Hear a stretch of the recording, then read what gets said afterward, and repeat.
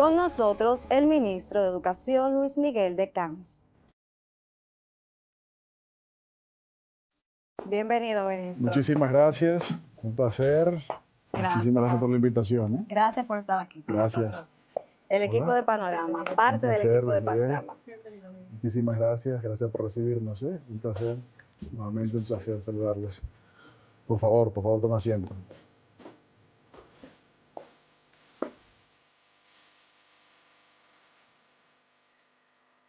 Ministro, estamos inaugurando esta entrevista especial. La hacemos en un momento propicio porque es el inicio del año escolar. Precisamente quisiéramos saber qué tan cómodo se siente usted con los pasos dados para dar inicio a este año escolar 2020-2027, 2026-2027. Bueno, muchísimas gracias en primer lugar por la oportunidad de compartir con ustedes, de permitirnos a través de estos medios llevar información a la población y el honor también de este estreno que usted me expresa. Ojalá salga según ustedes tenían esperado.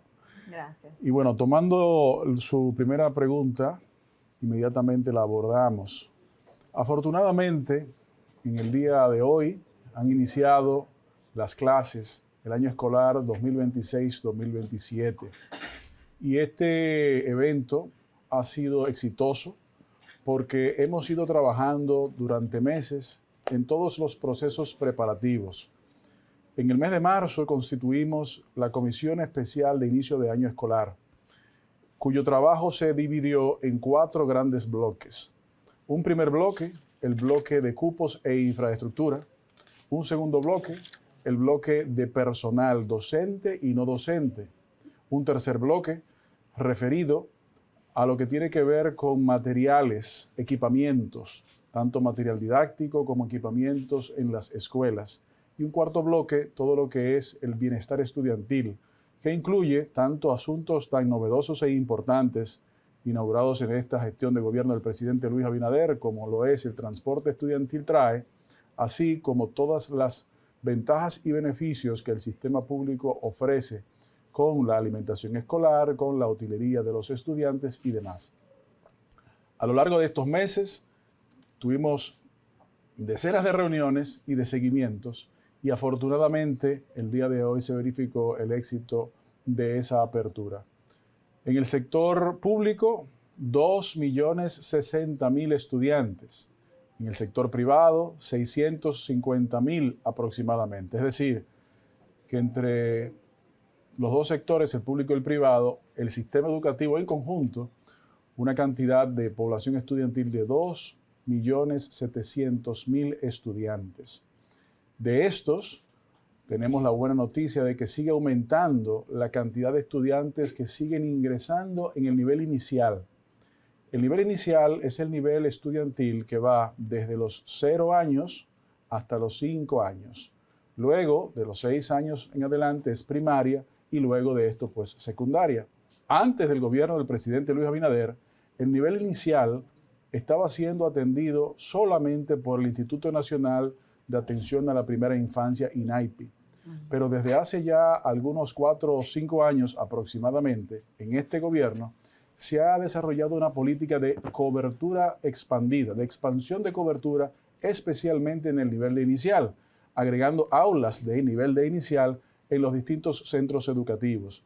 Y eso ayuda a que los niños de 3 años en adelante hayan comenzado a ingresar a la escuela. ¿Para qué y por qué? Por muchas razones. Primero, los primeros años son los años en donde más profundo e importante impacto se puede materializar en los estudiantes, en los ciudadanos, en las personas. Y con las acciones tempranas facilita la alfabetización oportuna. Y como sabemos, si sabemos leer y entender, y si sabemos escribir, entonces tenemos las bases fundamentales para entender y profundizar los demás conocimientos. Es por eso que es tan importante el aprendizaje en la edad oportuna, comenzando por la alfabetización y con la expansión de los niveles de inicial, pues esto significará una mejora. Obviamente, en materia educativa, probablemente sea la cartera del gobierno en donde los resultados se ven a más largo plazo.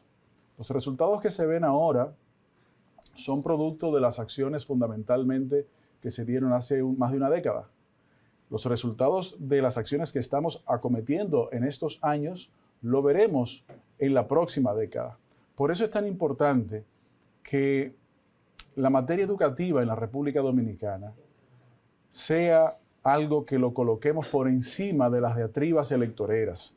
Tenemos que darnos la oportunidad como sociedad de eximir de algunas consideraciones infundadas lo que es la materia educativa. Por el contrario, tenemos que convocar a toda la ciudadanía para que sea parte de esto, porque la educación no es de un gobierno, la educación no es de un gremio, la educación no es de un partido, la educación es de todos. Es por eso que nosotros en la gestión que estamos desarrollando creamos la Mesa de los 5 Pilares, conscientes de que un gobierno por sí solo no puede lograr los objetivos en la velocidad en que queremos. Y consecuentemente esa mesa de 5 pilares compuesta por los estudiantes, el gobierno estudiantil, compuesta por los maestros, tanto docentes como técnicos docentes, compuesta por las familias, las madres y los padres. Decía Eugenio María de Hostos que la educación se impartía en la casa y que la instrucción se impartía en la escuela. Y evidentemente entendemos que la educación comienza en la casa, pasa por la escuela y termina en la casa. Y por eso el involucramiento de las familias es fundamental. El cuarto de los 5 pilares son las entidades y personas involucradas de la vida socioeducativa, como son el foro socioeducativo, las iglesias católicas y no católicas, y otras entidades de organizaciones no gubernamentales, como son, por ejemplo, Educa, Inicia Educación, entre otros. Y el quinto pilar de esa mesa, obviamente, el Ministerio de Educación. Con esa mesa de trabajo, nosotros estamos cogestionando el sistema educativo como una insistencia de que debemos de abordar las soluciones de manera integral, de manera participativa. Obviamente siempre ha habido, siempre hay y siempre habrá retos, sobre todo porque los retos son señal también de que se va avanzando. Pero lo importante también es reconocer que ha habido avances y este año escolar que acaba de iniciar, pues demuestra un exitoso inicio de año escolar. Ministro, y hablando de retos, precisamente, ¿con cuáles retos usted piensa que nosotros iniciamos este año escolar? Sinceramente. Todo lo que le digo es sincero, no se preocupe. Yo sé que sí. Mire, los retos que tiene nuestro sistema son muchísimos. Algunos son de tipo aparentemente material y otros son de tipo de calidad. Pero probablemente debemos comenzar por este último. Una de las grandes sorpresas positivas que recibimos cuando entramos en esta cartera el año pasado fue que cuando consultamos a todos los actores del sistema, a las familias, a los maestros, a los actores de la sociedad socioeducativa, a todos los actores, todos coincidían y coinciden y coincidimos en que estamos de acuerdo en querer mejorar la calidad de la educación de la República Dominicana. Esa fue una gran y grata sorpresa. ¿Por qué? Porque si todos los actores que estamos involucrados en esta tarea estamos de acuerdo en ese principal objetivo, Claro. lo que queda entonces pendiente es construir la ruta para lograrlo. Precisamente por eso la mesa de los 5 pilares. Ahora, la mejora educativa requiere de una gran cantidad de acciones. Por eso, en esta mesa de los 5 pilares nos dimos unas prioridades. La primera de ellas es la mejora de la calidad educativa. Dentro de esa prioridad construimos el protocolo de cumplimiento de jornada y año escolar, en donde todos los actores debemos estar de acuerdo en atender las dificultades que seguramente se puede que se presenten, pero sin que haya un sufrimiento por parte de los estudiantes con suspensiones. Para poder materializar la continua mejora de la calidad educativa, se hace necesario efectivizar los aprendizajes de los estudiantes, que los estudiantes aprendan mejor, pero que aprendan lo que necesita el país que aprendan. Es decir, lo pertinente de la educación. Y para eso, ¿quiénes son que imparten las clases? Bueno, los maestros. Significa que los maestros necesitan ser valorados y necesitan un proceso continuo de formación y de una continua mejora en la construcción de maestros en las universidades, porque ese es el punto fundamental. En parte, por eso, en este año 2025-2026, iniciamos y completamos la evaluación del desempeño docente. La Ley General de Educación ordena que se debe desarrollar cada 3 años, a más tardar, la evaluación del desempeño docente. Sin embargo, la última evaluación que se hizo hace casi una década, hace casi 10 años. Nosotros entendimos que ese compromiso y que esa obligación no podía seguirse postergando. Asumimos el reto y materializamos ese evento de evaluación de desempeño docente. ¿Qué nos mostrará ello? Nos mostrará cuáles son las capacidades y las calidades en conocimiento que tienen nuestros maestros y a quienes requieran un fortalecimiento, saber en cuáles áreas deben ser fortalecidos y brindarles desde el ministerio y las entidades adscritas la formación complementaria para que el maestro las tenga y las pueda transmitir a los estudiantes. Eso es uno de los retos continuos, pero al mismo tiempo que se expresa ese reto, está también un reto de la, como decía, de la pertinencia de la educación. Me explico. El sistema educativo, los sistemas educativos, especialmente cuando se generalizaron y se hicieron obligatorios en los países, fue como un producto, como una consecuencia en el siglo XIX de la revolución industrial. Es decir, el sistema productivo requirió capital humano para poder producir los bienes y servicios que se estaban automatizando en diferentes mecanismos. Y para eso necesitaba un personal con ciertos conocimientos estandarizados. Y eso fue lo que generó en el mundo la generalización del sistema educativo. Pero cuando usted viene a la actualidad y se da cuenta cuáles son los aprendizajes que se imparten, hay que ver si estas enseñanzas son las que el sistema productivo requiere.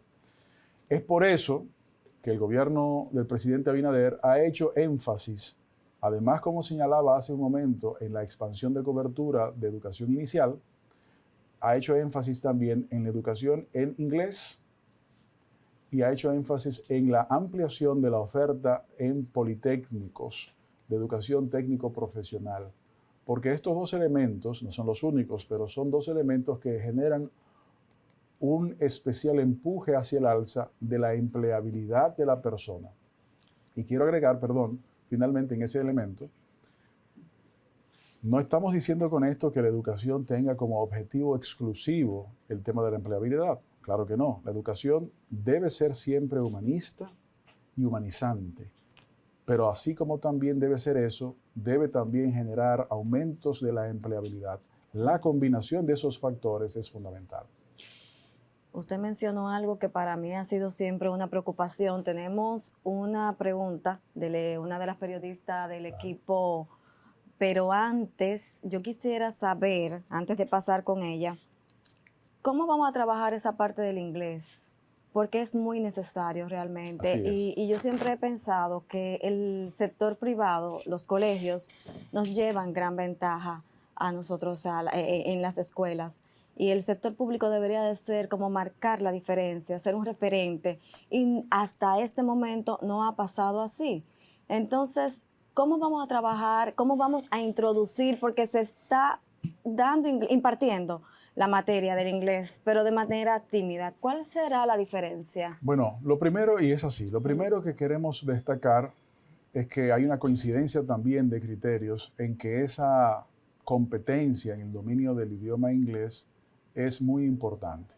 Hace unos 4 o 5 años, un estudio del entonces Ministerio de Economía, Planificación y Desarrollo establecía que los niveles de pobreza se verificaba que quienes tenían conocimientos del idioma inglés no se encontraban debajo de esos niveles, por en parte las razones que mencionábamos. Lo que sucede también es que para poder impartir ese idioma se requieren docentes que conozcan el idioma. Y para poder lograr eso se requiere la formación de formadores. Es decir, hay un tema de oferta y demanda en la capacidad o en la cantidad de docentes y cantidad y calidad de docentes que puedan impartirlo. Es por eso que estamos trabajando para la inserción de personas que puedan servir de facilitadores de inglés. Sin embargo, nos encontramos con algunas dificultades. ¿Cómo cuáles? Nuestra ley de educación, que es una gran ley, pero ya es una ley que tiene casi 30 años. Bueno, el año que viene cumple 30 años, dicho sea de paso. Que fue una ley que recogió grandes cantidades de deudas de décadas anteriores. Y también hay que reconocer que tuvo una visión hacia el futuro de profundidad. Pero era imposible pedirle hace casi 30 años a una pieza legislativa que previera los desarrollos tecnológicos y el desenvolvimiento social global que ha ocurrido en estos últimos 30 años. Pero esa ley tiene también algunas cosas que hay que revisar, como por ejemplo señala que para ser docente se debe haber cursado la licenciatura en educación y ser graduado como licenciado en educación, lo cual desde el punto de vista de la mejora de la calidad educativa es un buen objetivo. Pero cuando usted no hace la excepción para inglés o para las características que tiene que tener un docente en materias de técnico profesional, por ejemplo, un profesor que deba enseñar en un politécnico metalmecánica o que debe enseñar algo de electricidad o refrigeración, por ejemplo, requerirle una licenciatura en educación probablemente no va a aparecer fácilmente. Igualmente, en la sociedad existen muchas personas que dominan el inglés y que tienen una capacidad de poder hacer una habilitación docente y poder entonces impartirlo.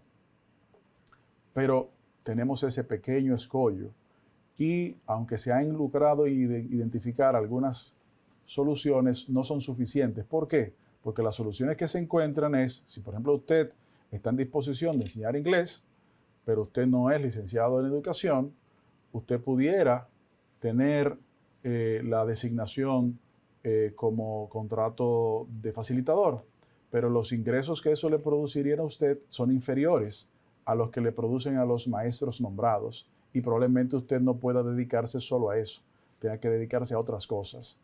Y eso hace entonces que la atención que tenga el maestro no sea la misma. Es decir, y con este elemento, y lo menciono tanto para el inglés como para otras competencias, es una señal de la necesidad de una revisión de nuestra normativa y poder adentrarnos a la transformación del sistema educativo. Hace muchos años, la expectativa de vida de los ciudadanos de los distintos países no llegaba a 50 años, estoy hablando hace muchísimos años. Claro. A medida que los desarrollos tecnológicos fueron avanzando, pues los ciudadanos comienzan a aumentar sus expectativas de vida y también mantienen vigente la capacidad de trabajar. Hace 100 años, una persona de 65 o 58 años difícilmente estaba, 100, 150 años, estaba trabajando, si es que estaba viva, por situaciones que no habían entonces, atenciones de salud como las hay ahora. Pero ahora no es así.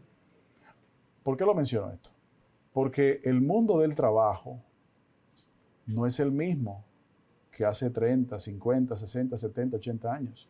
Y consecuentemente, el sistema educativo tiene que tener eso pendiente, porque la producción de capacidades del ciudadano tiene que estar dirigida también a que el ciudadano tenga los mecanismos de mejorar sus condiciones materiales de vida.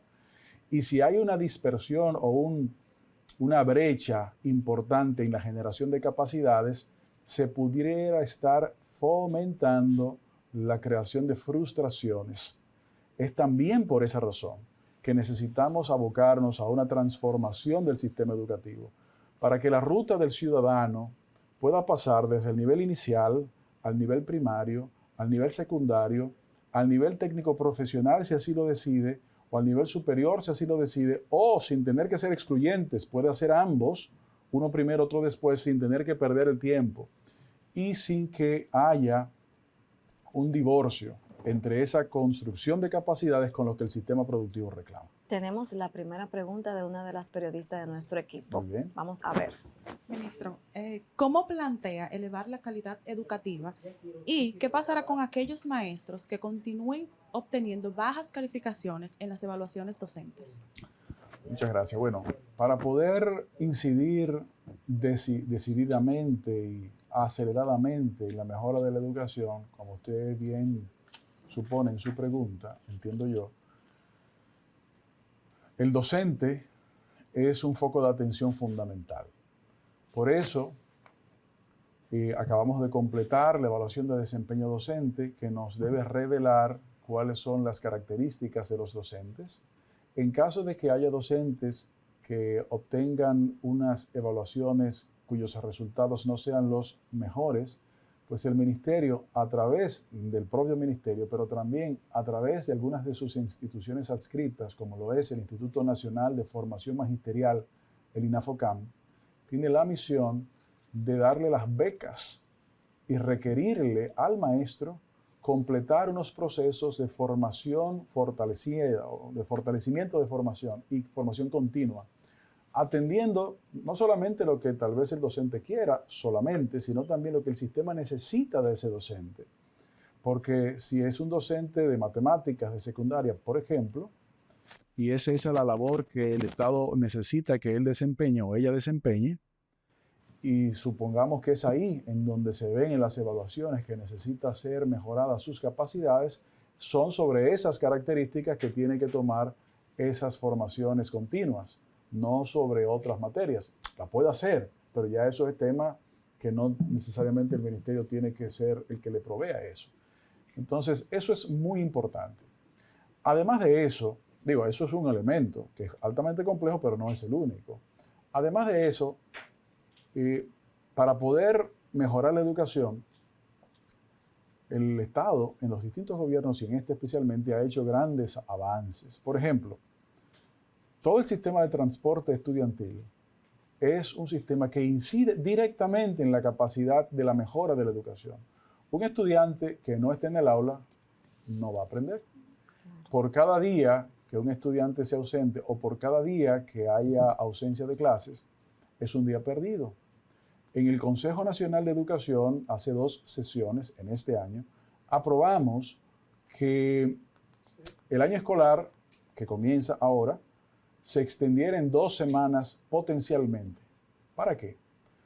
Para poder evaluar si en ese territorio ha habido, ya sea por causas atmosféricas o ya sea por otras condiciones sociales, algunas suspensiones de clases, poderla compensar y no tener una fecha fatal más corta. Si sin embargo no se perdió, pues no hay que utilizar esas 2 semanas adicionales. Ese es otro mecanismo.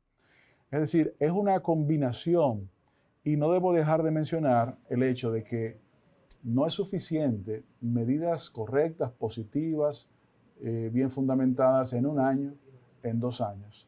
Tienen que ser continuas 1, 2, 3, 4, 5, 6, 7, 8, 9, 10, 11, 12 años conjuntos para poder ver los resultados que queremos. Tenemos una pregunta de la periodista Ángela Valdés. ¿O no? Ministro, ¿qué usted considera que está fallando todavía para que la inversión que hace el Estado Dominicano se traduzca en mejores aprendizajes?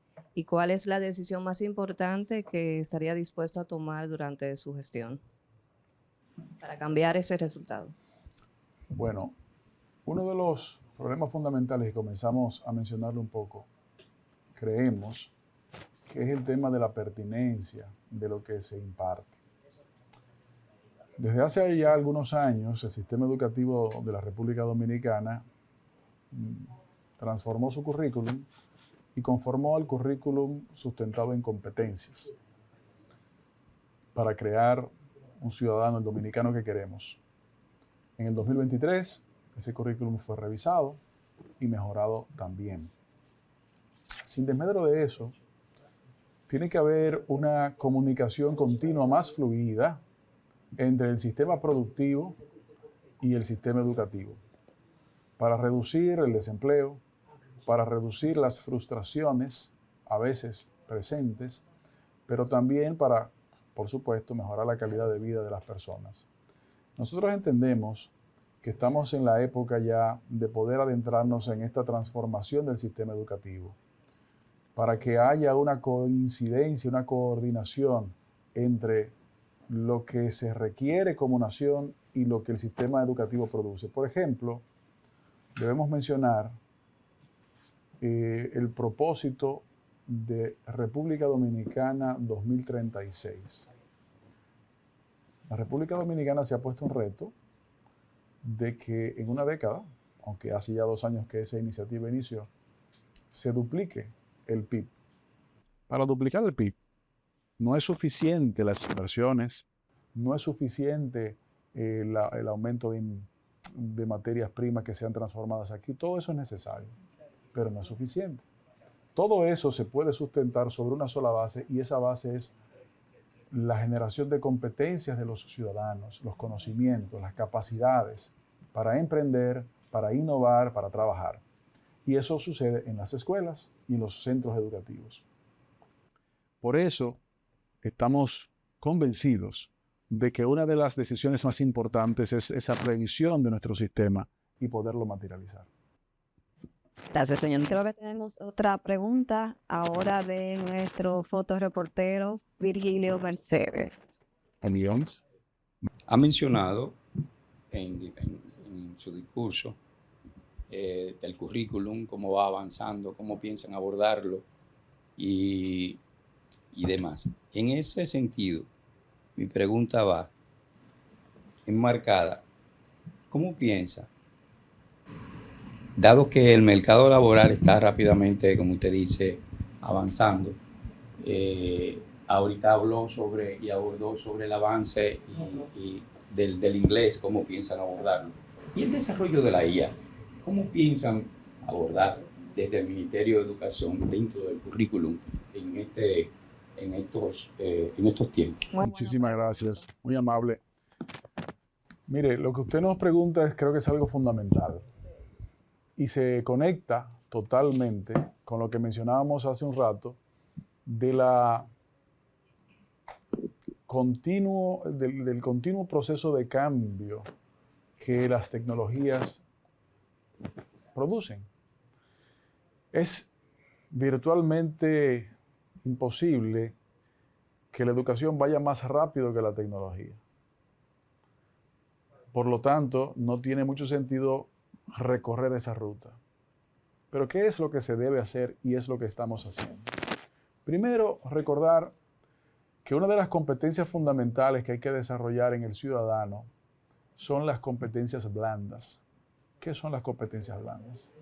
Las competencias blandas son las capacidades que construimos en las personas que nos permiten adaptarnos ágilmente, efectivamente y productivamente a los cambios. Eso es muy complejo, pero esas competencias se desarrollan sobre todo en los primeros años de educación. Es en parte por eso que estamos ampliando la educación en la cobertura en educación inicial.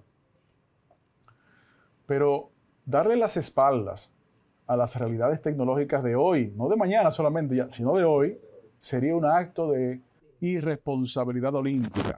Es por eso que hace 3 o 4 meses presentamos en el Consejo Nacional de Educación la estrategia de competencias digitales con concentración en pensamiento computacional e inteligencia artificial.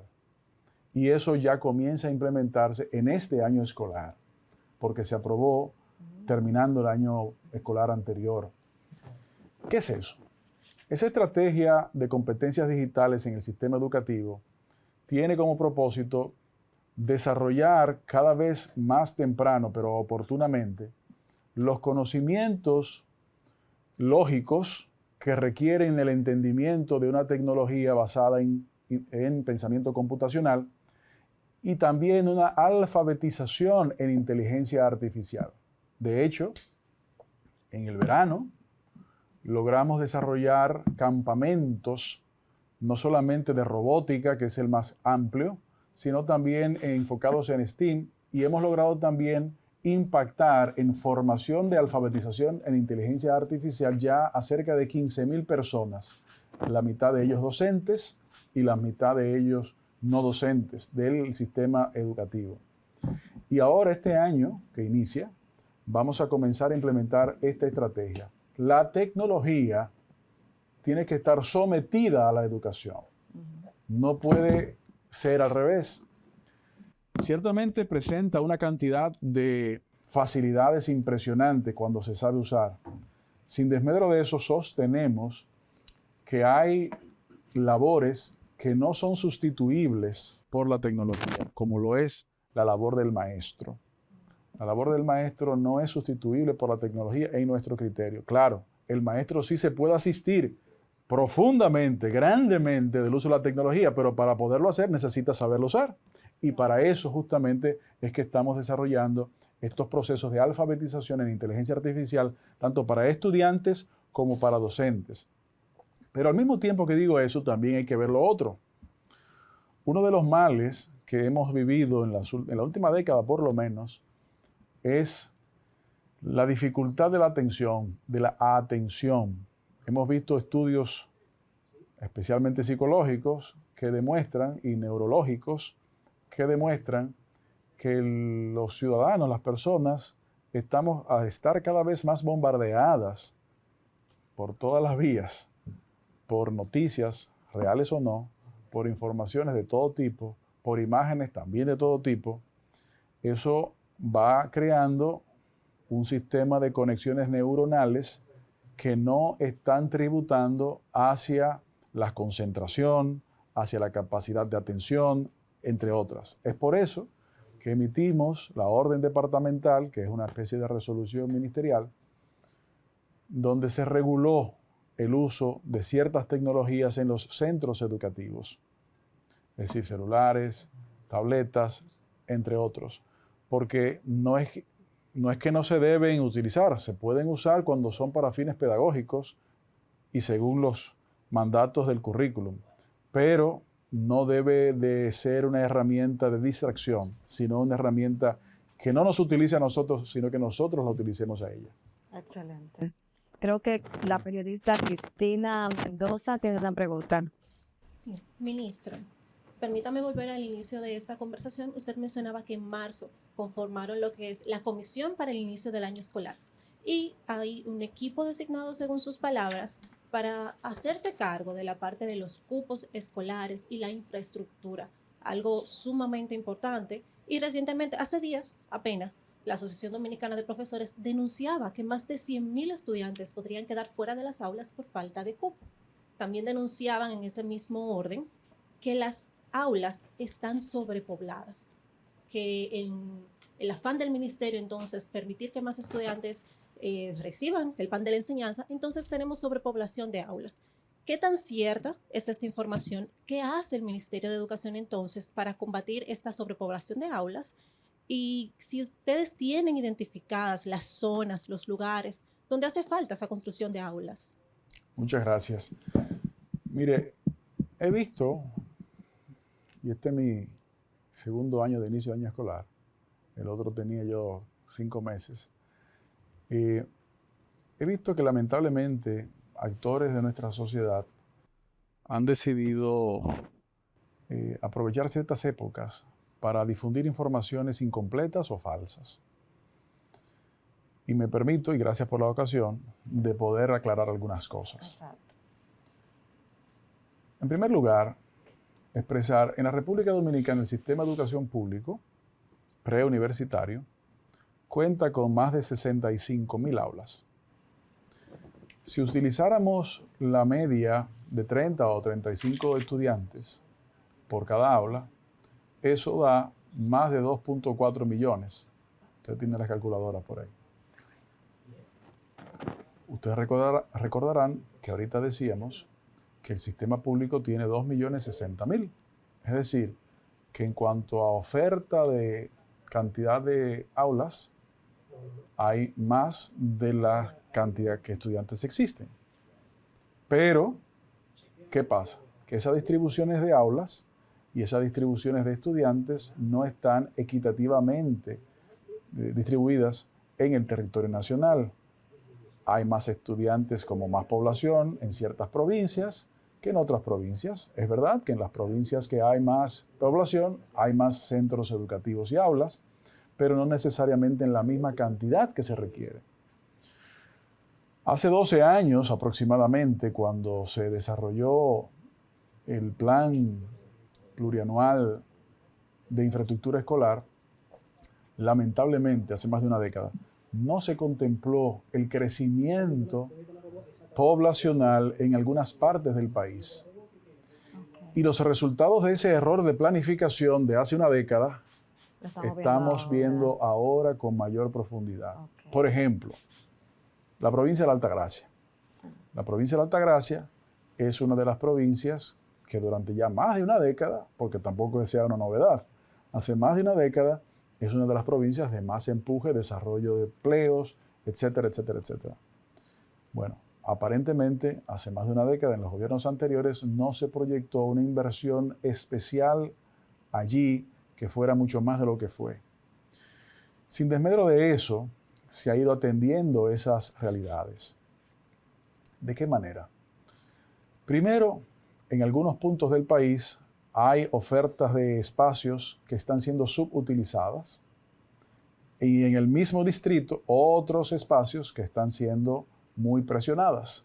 Bueno, si están en el mismo distrito, son escuelas del sector público ambas, vamos a eficientizar los espacios. Número uno. Número dos, también más edificaciones escolares. Se han entregado muchísimas aulas. La Dirección de Infraestructura Escolar, que nació el año pasado, no existía, ha expresado que en este año, solamente en este año, estaría entregando 1.500 aulas nuevas. Además de esas aulas nuevas están las llamadas aulas modulares o prefabricadas, que están diseñadas para atender una situación puntual o particular. Menciono esto porque también es importante entender lo siguiente. Cuando la gente menciona cupos, puede ser mal entendido. ¿Qué es una solicitud de inscripción de cupo? Cuando uno lo escucha, uno creería que son nuevos estudiantes. Porque todos los estudiantes que están en el sistema educativo tienen su inscripción y cupo garantizado. Por lo tanto, uno entendería, bueno, pero si yo estaba en tercero y voy a aprobar y voy a pasar a cuarto, se entiende que mi espacio está ahí. Está garantizado. Y así es, y está garantizado. Pero ¿qué sucede? Que usted y yo estamos en la escuela A, pero nuestra familia quiere que vayamos a la escuela B, porque entendemos que da mejor servicio, porque nos queda más cerca, o nos mudamos de provincia y queremos ir a la escuela B. En agosto es que informamos que queremos entrar en la escuela B, por un lado. Pero el espacio suyo y mío en la escuela A está garantizado. Entonces no son un tema de nuevas personas, es un tema de esa realidad de la movilización social. Es por eso que nosotros insistimos. Llevémosles tranquilidad a las familias dominicanas, informemos las cosas como son. Señores, si en el país faltara esa cantidad de personas por ingresar al sistema educativo, que hablan de 100, 200, 300, hasta de 900, unas cosas que son bárbaras, bueno, fuera imposible, no existiera sistema. Eso no es verdad.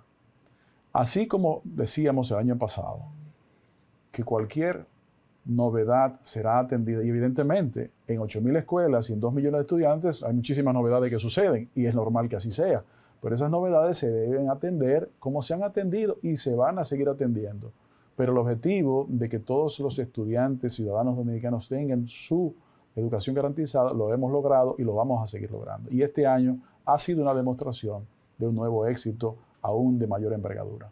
Ministro, no podemos dejar pasar la oportunidad de tenerlo a usted aquí y continuar aclarando algunas dudas que tiene la población y que la ha manifestado, sobre todo en redes sociales. La realidad de la situación haitiana está ahí. Y hablando de cupos, una de las inquietudes que se ha expresado es que niños haitianos están desplazando a los estudiantes dominicanos y que por eso es la falta de cupo. ¿Cuál es la realidad en La ese realidad sentido? es que, como acabamos de decir, ningún ciudadano dominicano le ha faltado ni le faltará cupo. Pero además de eso, también es falso que haya habido un incremento de estudiantes de otra nacionalidad. ¿Cuánto tenemos? Ha habido históricamente, entre todas las nacionalidades, un aproximado de un 7-8% de la población estudiantil de otras nacionalidades. Más del 93% son ciudadanos dominicanos. Y esto no es nuevo. Pero esto es importante también porque los intereses políticos electorales También están florecen en presentes. estas épocas. Sí. Y yo creo que es un mal servicio a la democracia, es un mal servicio a la tranquilidad de nuestro pueblo, querer fomentar esas versiones sin estar sustentado.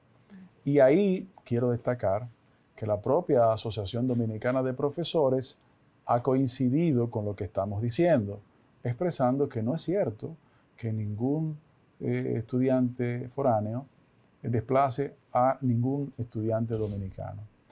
Lo señalo porque, número uno, es la verdad, y número dos, quiero seguir tributando hacia el ánimo de que elevemos el debate en temas educativos por encima de los intereses legítimos políticos, pero que no deben estar en el mismo nivel, deben estar supeditados a los intereses de la educación.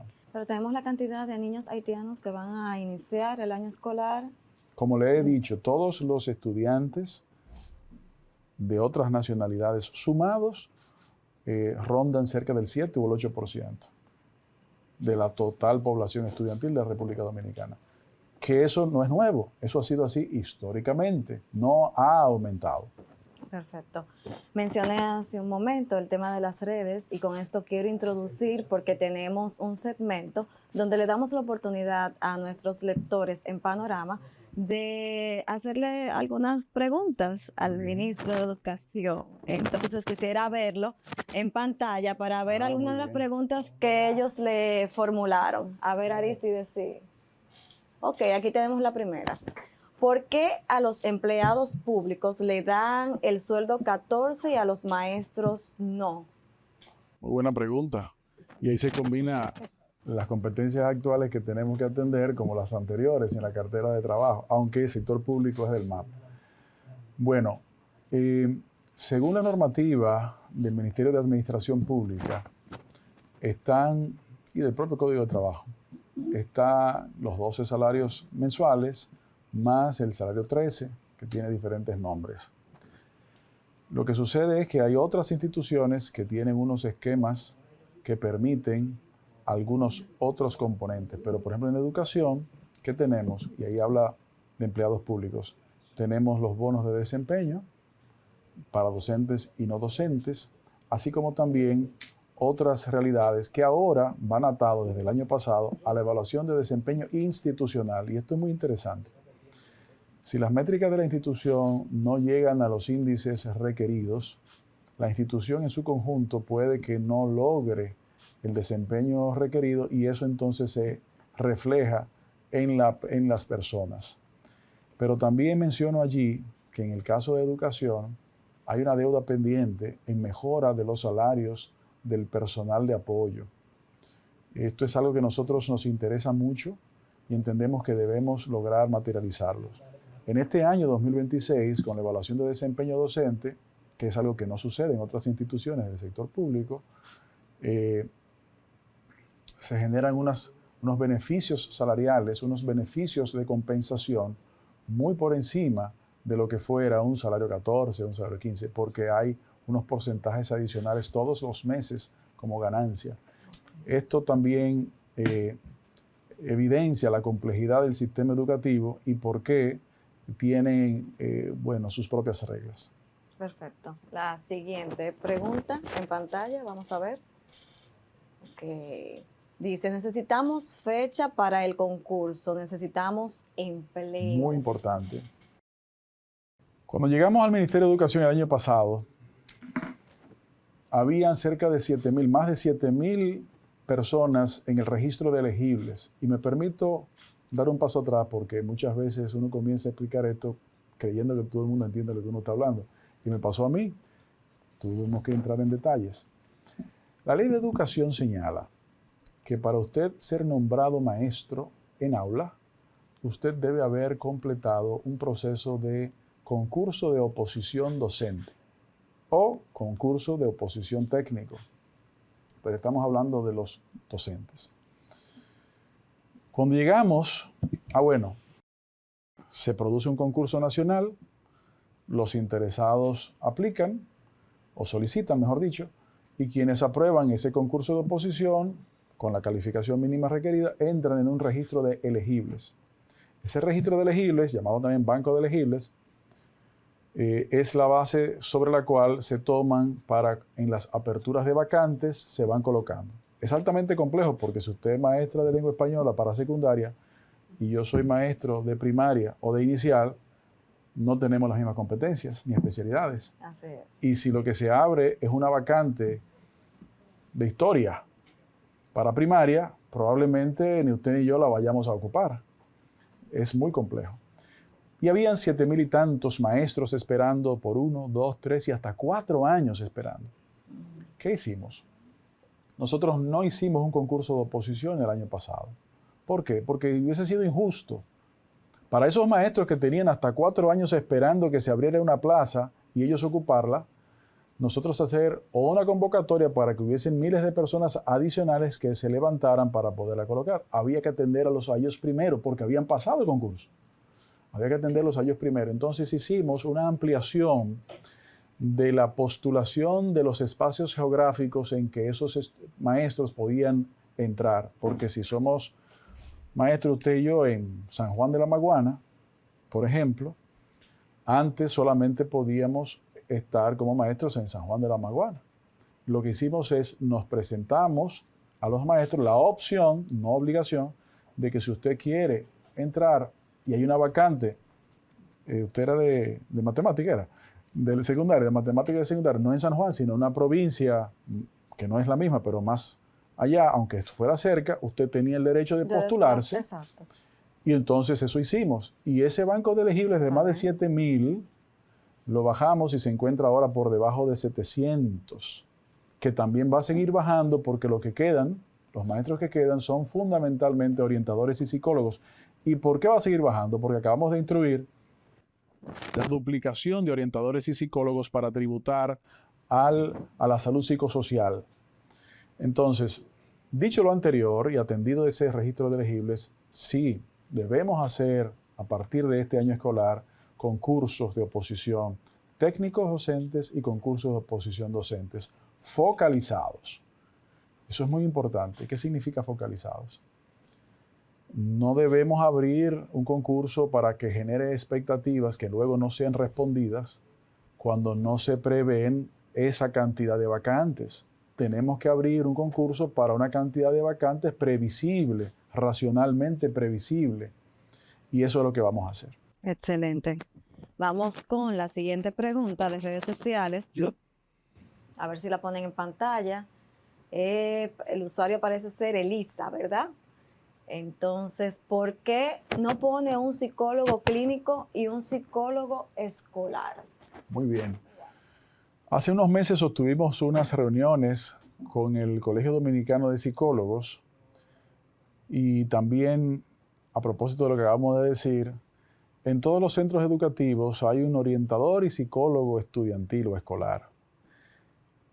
Hasta hace algunos meses había una normativa o una ratio donde por cada 300 estudiantes se designaba a un psicólogo u orientador escolar.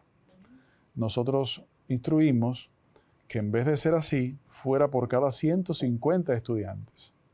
Es decir, una duplicación, para que pueda haber una atención más directa, más personalizada, no solamente correctiva, sino más importante, tal vez predictiva, a comportamientos. Y esto también abona, fortalece la medida que hicimos aprobar en el Consejo Nacional de Educación de una revisión de los protocolos para detectar, informar y atender riesgos de violencia en todas sus manifestaciones, donde los principales actores allí obviamente son los maestros en las aulas, pero con el apoyo también de los orientadores y psicólogos escolares. La siguiente pregunta, vamos a ver. Vamos a ponerla en pantalla. Y es la última. Tei Pérez nos pregunta, ¿considera justo un sueldo de 9,000 pesos Para un conserje y un portero. Por supuesto que no. Primero, no solamente no es justo, sino que es ilegal. No pueden haber sueldos por debajo de la mínima del Estado, que son 10,000. Y segundo, aunque fuera 10,000, tampoco es justo. Debemos aumentarlo. Queremos aumentarlo y nos pretendemos hacer eso. Queríamos hacerlo este año. Lamentablemente, las realidades presupuestarias generadas por diferentes compromisos, como la evaluación de desempeño docente, pero también las realidades del mundo con las complicaciones de la crisis que las guerras del Medio Oriente ha generado, nos ha obligado a postergar esa medida. Pero por supuesto que consideramos que eso no es justo y estamos comprometidos a hacer todas las diligencias para en el menor tiempo posible poder atender eso. Ministro, hace unos años, la sociedad civil solicitaba el 4% para la educación. Yo quisiera saber cómo estamos distribuyendo ese porcentaje que se logró, porque también hace unos años lo que veíamos era una construcción de escuelas. Ahora mismo, ¿cómo se refleja ese 4%? Y también, ahí mismo le dejo esta pregunta, la tanda extendida siempre ha sido una preocupación, muy buen proyecto, pero llegó un momento en el que los estudiantes no sabían qué hacer, o sea, cuando se acababa el currículum a mediodía, o sea, en la tarde, ¿qué iban a hacer? Entonces, en este año, ¿tenemos alguna novedad? Sí. El sistema educativo dominicano ha tenido diferentes etapas.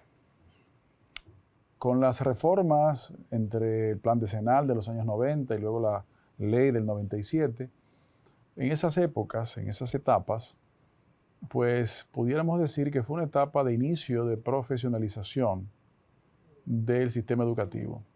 Antes de entonces, habían los llamados maestros bachilleres, en donde había una escasez importante de maestros de todas las áreas y había que recurrir ante lo que existía. Esas medidas dieron resultados positivos y hoy existe una realidad muy distinta a entonces. Ha habido una ruta hacia la profesionalización de la carrera docente. Faltan cosas por hacer, pero eso hay que reconocerlo.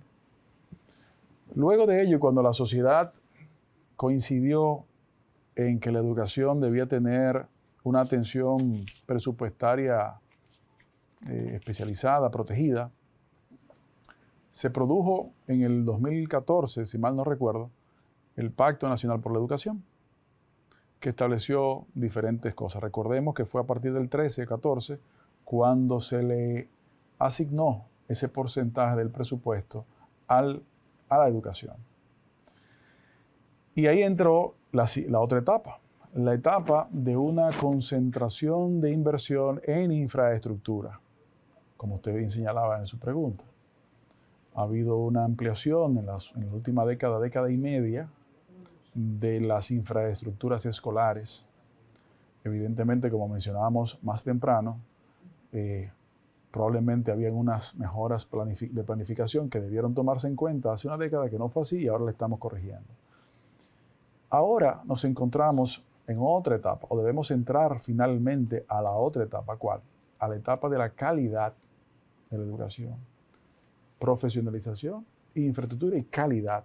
Sí, ya tenemos docentes profesionalizados que siempre tienen que seguir mejorando y seguir el proceso de evaluación y mejora. Sí, sí, tenemos una serie de facilidades de infraestructura que no teníamos hace 20 años. Sí. Ahora tenemos que concentrarnos en la calidad. que toma todo lo anterior y sí hay que agregarle más cosas, que es lo que mencionábamos hace un momento. Pero también hay que recordar que hay desayuno escolar, que hay almuerzo escolar, que hay merienda escolar, que hay uniformes, que hay zapatos, que hay mochilas, que hay cuadernos, que hay lápices, que hay libros de texto, todo lo anterior gratuito, también que hay transporte escolar, también que hay atención de salud estudiantil, como atención oftalmológica para los estudiantes, como atención auditiva para los estudiantes. Todo eso lo está proveyendo el sistema educativo. Entonces, y evidentemente eso requiere de recursos. Estamos hablando también, fíjese la diferencia, 30 años antes, estamos hablando de más de 120,000 maestros que tiene la República Dominicana. 120,000 maestros no es cualquier cosa. Eso es mucha cantidad de personas. ¿Por qué? Porque lo requiere el sistema y está muy bien que así sea. Claro. Es decir, que ha habido un proceso de mejora. Afortunadamente, como vivimos en democracia, tenemos que seguir aspirando a la continua mejora y seguir atendiendo los retos pendientes, y eso es así. Y usted me preguntaba algo también muy importante, la jornada escolar extendida, que también comenzó hace aproximadamente una década. En la jornada escolar extendida me place informar que cuando el presidente Abinader llegó al poder, esta correspondía a cerca del 70% de los centros educativos. En la actualidad ya corresponde al 80% de los centros educativos. Es decir, que la jornada escolar extendida sigue ampliándose. Y en cuanto a los contenidos, hay educación técnico-profesional, hay educación artística, y también es necesario, por eso mismo que mencionábamos hace un rato, la revisión de la normativa de la ley para permitir que otras disciplinas puedan impartirse en las horas lectivas, especialmente las voluntarias, la elección de la tarde, que se imparten, pero hay que seguirla fortaleciendo y mejorando la ampliación. No quiero dejar de mencionar, con el permiso de ustedes, una de las cosas que iniciamos el año pasado y que hemos ido fortaleciendo, y es la recuperación de horas a la semana para la materia de moral, cívica y ética ciudadana. Esto ha significado un paso importante porque nosotros no queremos solamente formar conocedores de temas, sino a ciudadanos, a personas que conozcan sus derechos y sus deberes, a personas que con sus buenos ejemplos también enseñen, y junto con esas iniciativas que iniciamos el año pasado, también para sacar de las aulas estos aprendizajes y llevarlos más allá de la escuela, formamos el voluntariado estudiantil de Ciudadanos al 100, que con misiones ciudadanas desarrollan proyectos de aprendizaje propio y de aprendizaje al resto de la comunidad. Ministro, yo tengo muchas preguntas todavía para hacerle. El equipo tiene muchas preguntas, créame, pero el tiempo no nos permite continuar con usted. Esto nos permite entonces comprometernos para otra entrega más adelante. Así es. Sin embargo, queremos agradecerle su presencia aquí con nosotros, Gracias, el tiempo que nos ha ustedes. dedicado, las informaciones suministradas. Gracias, de verdad. Gracias a ustedes. Para mí un placer y muy provechoso esta conversación, no solamente para nosotros, sino sobre todo para el público que lo ve. Así es. Gracias.